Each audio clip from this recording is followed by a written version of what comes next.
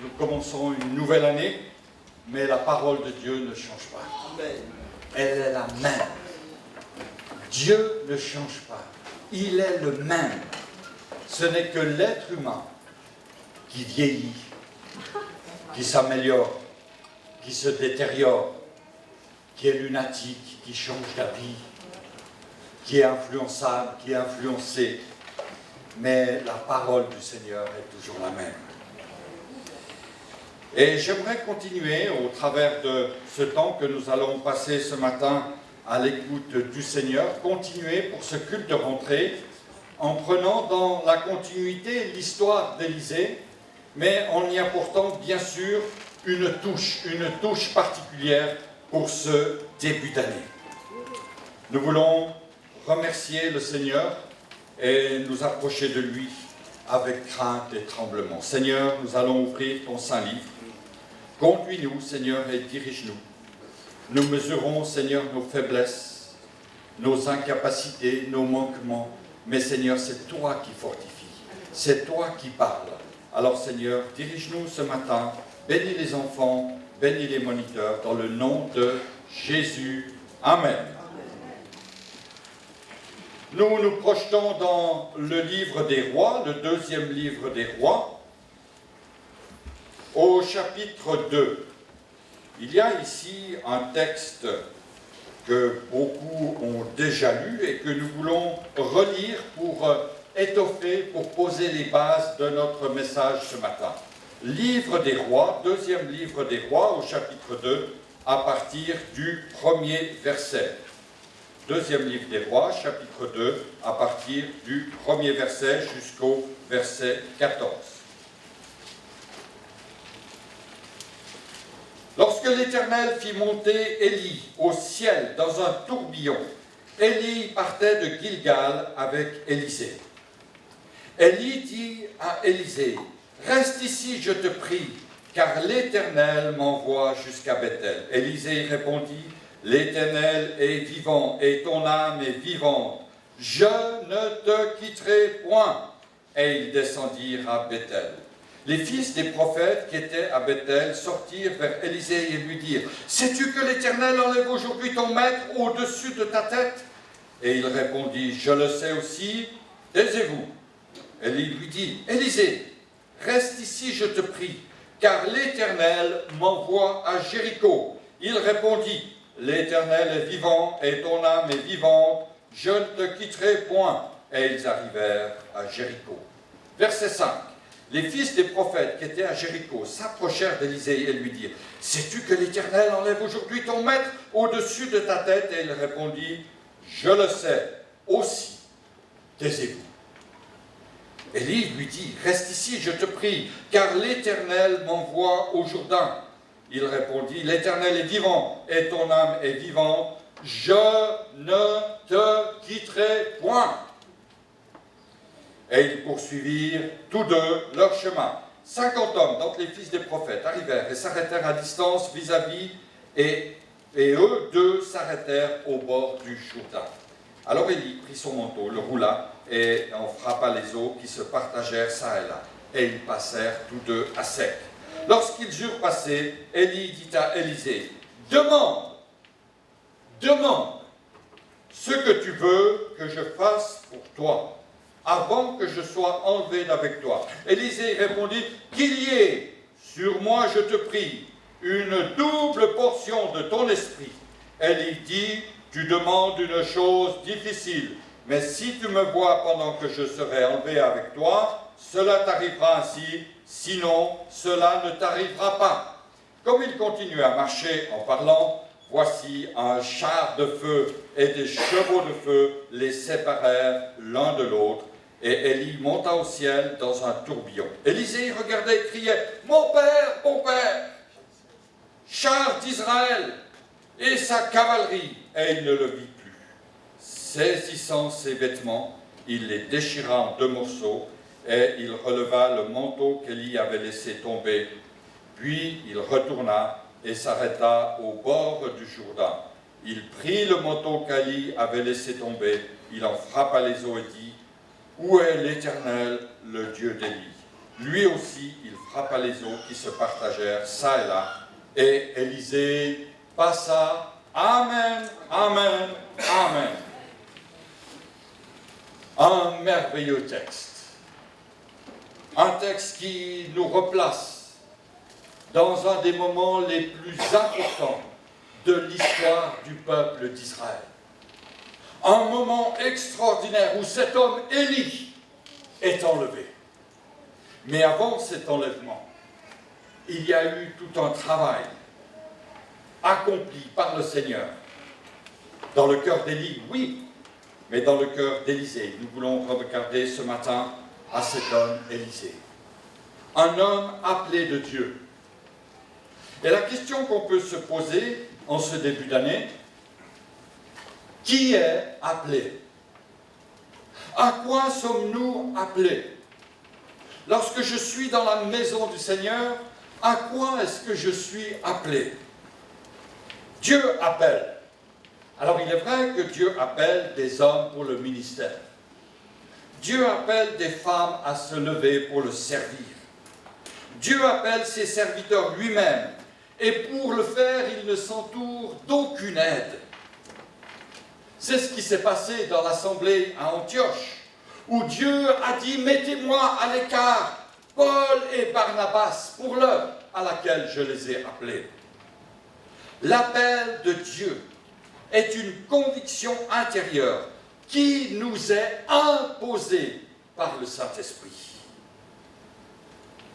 Et je crois pouvoir dire qu'il est plus difficile de résister à l'appel du Seigneur que de céder.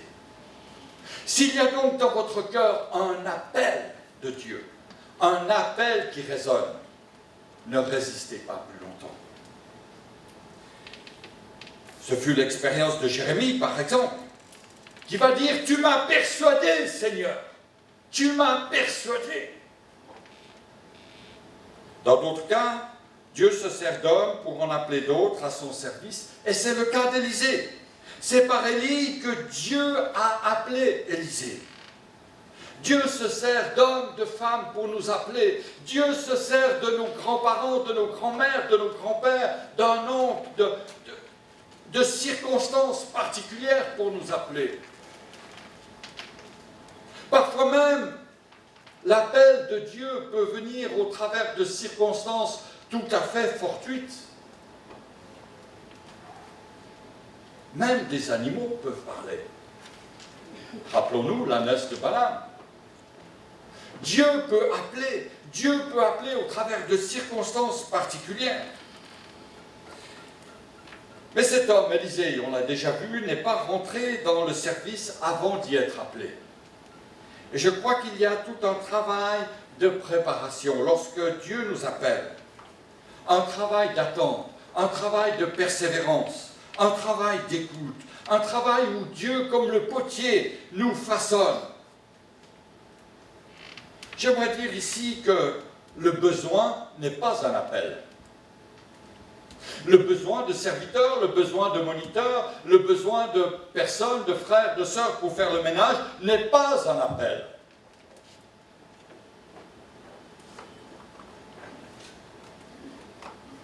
Regardez notre Seigneur. Pendant les 30 premières années de sa vie, il n'a pas bougé. Spirituellement, ministériellement. Pourtant, les besoins étaient là. Pourtant, il y avait des malades. Pourtant, il y avait des hommes qui étaient torturés par des esprits impurs. Jésus a attendu le temps. Il a été préparé dans sa vie pendant toutes ces années. Le besoin n'est pas l'appel. L'opportunité n'est pas l'appel non plus. Nous pouvons avoir toutes sortes de qualifications utiles pour le service de Dieu. Spirituellement, mentalement, physiquement, intellectuellement, vocalement, musicalement, financièrement. Mais ce n'est pas l'appel. Toutes ces qualifications sont précieuses, alléluia, gloire à Dieu. Mais elles ne constituent pas en elles-mêmes un appel. Il en est de même de la capacité. La capacité n'est pas un appel. lorsqu'on entend la voix qui nous appelle, essayons de discerner quelle est cette voix. Est-ce qu'il n'y a pas quelque chose à l'intérieur qui viendrait des profondeurs du monde, de l'enfer, qui me soufflerait une pensée? Tu es capable, vas-y, c'est ton temps. La capacité n'est pas un appel. L'invitation non plus n'est pas un appel. Le désir non plus n'est pas un appel. Et pourtant, servir Dieu est une belle chose. En bref, j'aimerais dire ici que l'appel de Dieu est une conviction profonde, une conviction intérieure, accompagnée de la paix du cœur, accompagnée d'une sérénité, et puis bien sûr confirmée par la parole de Dieu et par l'Église.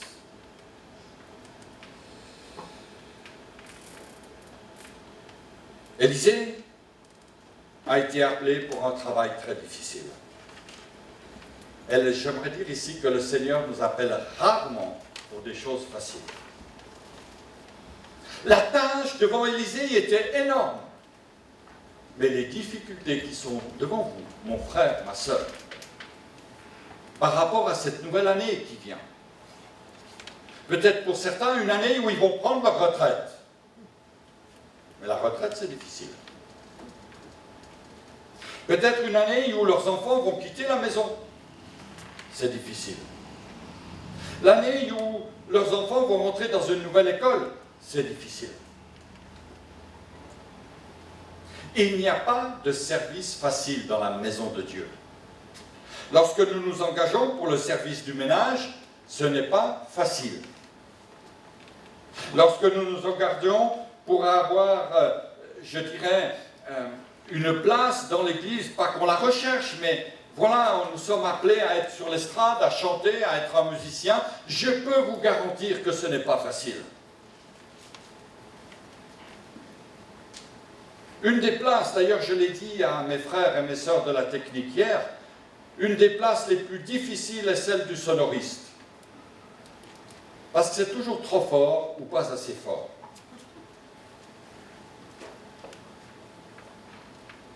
N'est-ce pas, Roger? N'est-ce pas, André? Et puis tout le monde passe devant les sonoristes. Quel travail, quel ministère, mes frères. Un ministère pas facile. Et ma sœur Rebecca, un ministère pas facile. Mais que Dieu vous bénisse dans ce ministère. Le Seigneur nous appelle à être des hommes et des femmes selon son cœur. Et dans le cas d'Élisée, le ministère a été particulièrement difficile. Vous pourriez relire à la maison, parce que le temps passe. 1 Roi 19, verset 17. 1 Roi 19, verset 17. Et il arrivera que celui qui échappera à l'épée, etc., etc., Élisée le fera mourir. Et pourtant, c'est un homme qui est appelé à être prophète. J'aimerais dire ici que le travail est extrêmement difficile. Et puis là, Élisée, lorsqu'il va rentrer dans le service, il va être formé à l'école du maître. Il a en mémoire tout ce que Élie a fait, les exploits lors de la sécheresse, la mise à mort de 450 prophètes de Baal, l'extermination de 2 compagnies de 50 soldats chacune, du temps d'Akab. Et à son tour, Élisée devait accomplir une tâche tout aussi importante.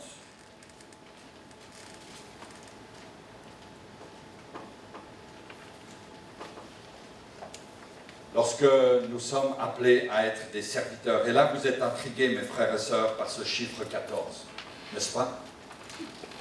Vous vous dites, mais le pasteur, là, qu'est-ce qu'il fait là? Nous sommes en août, c'est 8, nous allons arriver en septembre, c'est 9. Pourquoi il y a le chiffre 14? Ça va venir. Regardez-le bien, ce chiffre. Il est très important. message particulier, dont le titre ce matin serait uniquement ce chiffre, 14. 14. Quand nous répondons à l'appel de Dieu, j'aimerais dire ici que nous sommes impliqués dans une guerre spirituelle. Même en passant l'aspirateur, nous sommes dans une guerre spirituelle. Parce que l'ennemi aimerait venir, principalement dans l'Église, où il y a des leaders, où il y a des hommes, des femmes qui prennent des responsabilités. L'ennemi de nos âmes aimerait venir pour semer la zizanie, pour semer le trouble, pour semer la division, pour semer le doute, pour semer l'amertume dans les cœurs. Et cela, c'est un combat spirituel. Lorsque nous sommes rentrés ici ce matin, plus rien ne marchait dans l'Église. Je peux vous garantir que plus rien ne fonctionnait. Ni l'écran, ni la sono, ni rien du tout. Et il y a des moments où vous vous dites, waouh, Seigneur, heureusement que j'ai des bretelles et une ceinture pour tenir mes pompons. Parce que vous avez les jambes qui vibrent, qui tremblent. Parce que vous dites, mais Seigneur, comment je vais arriver à faire? Comment nous allons? Il y a un combat spirituel, frères et sœurs. Ne pensez pas que servir le Seigneur est une chose facile. Il y a un combat. Et j'aimerais nous encourager ce matin, en rentrant dans cette nouvelle année, à réaliser que notre Dieu combat pour nous. Notre Seigneur combat pour nous. Alléluia. Quelques particularités d'Élie et d'Élisée. Tout d'abord, Élisée a manifesté une grande écoute du Maître. Et cela dans l'Église, dans notre service, dans notre engagement, lorsque nous sommes appelés, quelle que soit notre tâche, nous devons être à l'écoute du Maître. La deuxième chose, c'est que nous devons être dans la persévérance et dans l'endurance. Élisée va répondre à l'appel du Maître de tout son cœur. Il court après Élie. Il va dire adieu aux siens. Il va prendre son bœuf, il va couper la charrue en petits morceaux, il va en faire un autel pour le sacrifice. Et ces trois choses sont la garantie d'un cœur entièrement, indéfectiblement rendu à Dieu.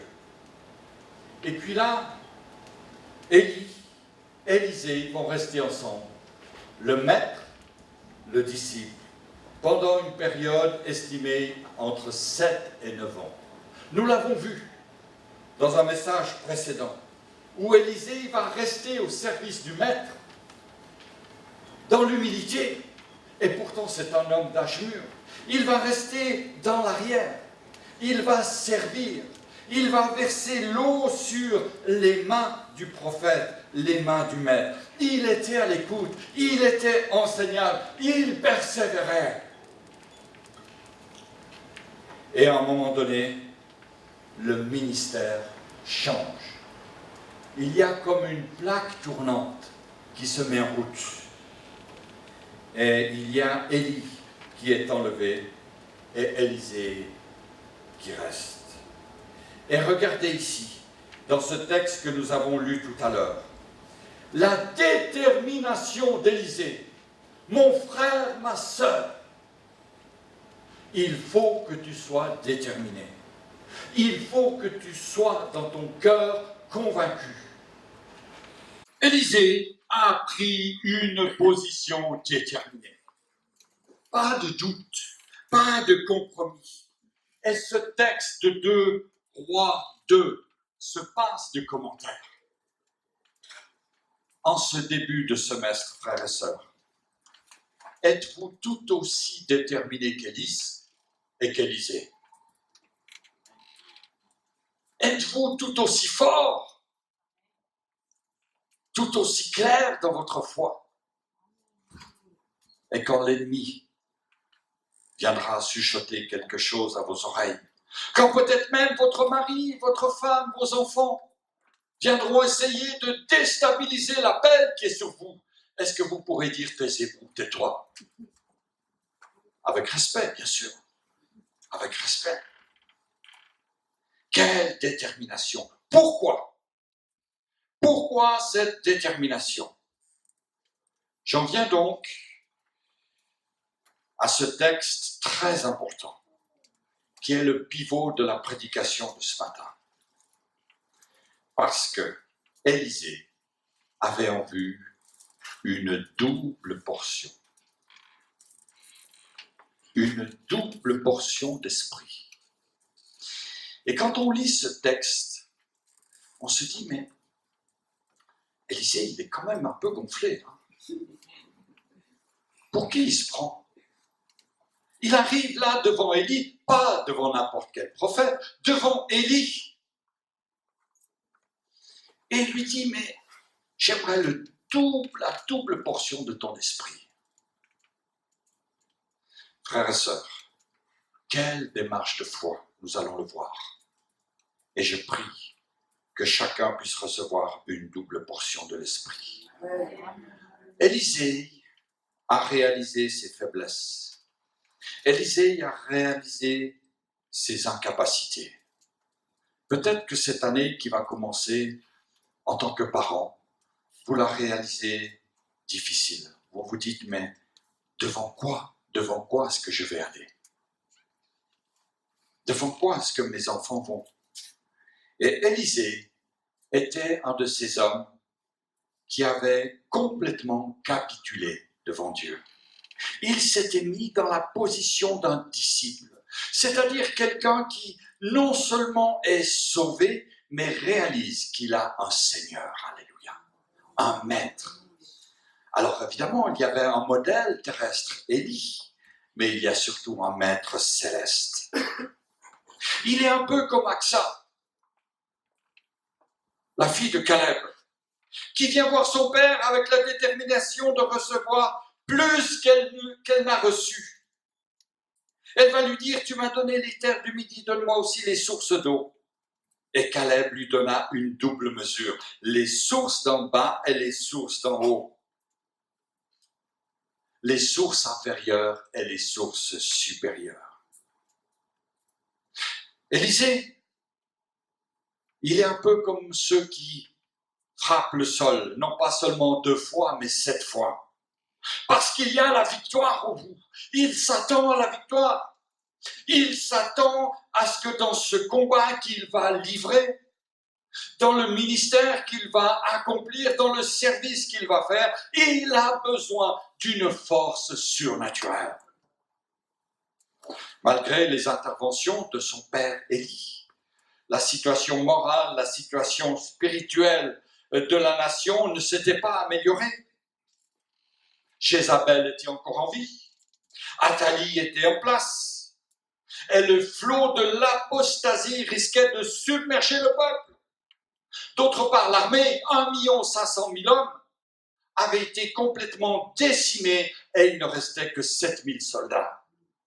C'était le déclin en tout point. Est-ce que c'est le déclin dans nos vies, dans notre maison? Est-ce que c'est le déclin dans notre pays, dans notre société? Mais Élisée vit dans l'humilité et il réalise qu'il est bien petit devant la tâche. Les mamans qui sont seules, les papas qui sont seuls, savent ce que cela veut dire d'être tout seul pour élever des enfants. C'est déjà difficile lorsqu'on est 2, mais quand on est tout seul. Et là, Élisée réalise qu'il n'est que la moitié de l'autre. Un petit peu comme Moïse, qui va dire « Qui suis-je » ou comme Paul qui va dire « Qui est suffisant ?» Et là, il y a cette démarche d'Élisée. Oh, alléluia! Une démarche merveilleuse. Il ne suffit pas, j'aimerais dire cela ce matin, il ne suffit pas d'être chrétien croyant, d'être un homme, une femme sauvée, mais il faut être dans ce monde un véritable disciple du Seigneur. Il faut être en ce début d'année un véritable disciple du Seigneur. Alors j'en viens à mon chiffre 14. 14. 7. Bien sûr. Le double. Le double de quoi? J'ai fait un petit comptage des choses qui se sont passées d'une manière miraculeuse dans la vie d'Élie. Alors bien sûr que c'est subjectif, mais néanmoins c'est biblique, parce qu'il y a dans la Bible 7 miracles d'Élie. Élie a accompli 7 miracles. Certainement plus, mais la Bible nous en relate 7. Et je me place donc dans la position d'Élisée, où Élisée demande la double portion. Et la question qu'on a, est-ce qu'Élisée va accomplir 14 miracles? Question très importante. Parce qu'Élisée a commencé son ministère avec un ministère béni, un ministère de miracles. Et lorsqu'il y a la résurrection du fils de la Sunamite, il est déjà au 7e miracle. Et les textes continuent. Et on se dit 8, 9, 10, 11, 12, 13. Quel va être le 14e miracle? Et non, ça s'arrête à 13. La Bible nous dit, dans 2 Rois, chapitre 13, verset 14, Élisée était atteint de la maladie dont il mourut. Élisée meurt. Avec, excusez-moi de l'expression, à son actif 13 miracles. Je fais un parallèle avec notre vie. On peut se dire, Seigneur, il y avait une promesse, elle n'a pas été exaucée. J'ai attendu ce 14e miracle, j'ai attendu ce miracle, j'ai attendu cette guérison, j'ai attendu cette délivrance, elle n'est pas arrivée. Pourquoi, Seigneur? Pourquoi? Le livre des rois nous révèle ici quelque chose d'extrêmement intéressant. Une clé dans notre marche chrétienne aujourd'hui. Une clé en cette rentrée d'année scolaire. Regardez, que se passe-t-il? Élisée mourut, on l'enterra. L'année suivante, c'est pas le jour suivant. L'année suivante, les troupes de Moabites pénétrèrent dans le pays. Et comme on enterrait un homme, voici on aperçut la troupe. Une de ces troupes qui arrivait dans le pays. Et là, on va jeter très rapidement cet homme qu'on était en train d'enterrer. On roule la pierre du tombeau d'Élisée,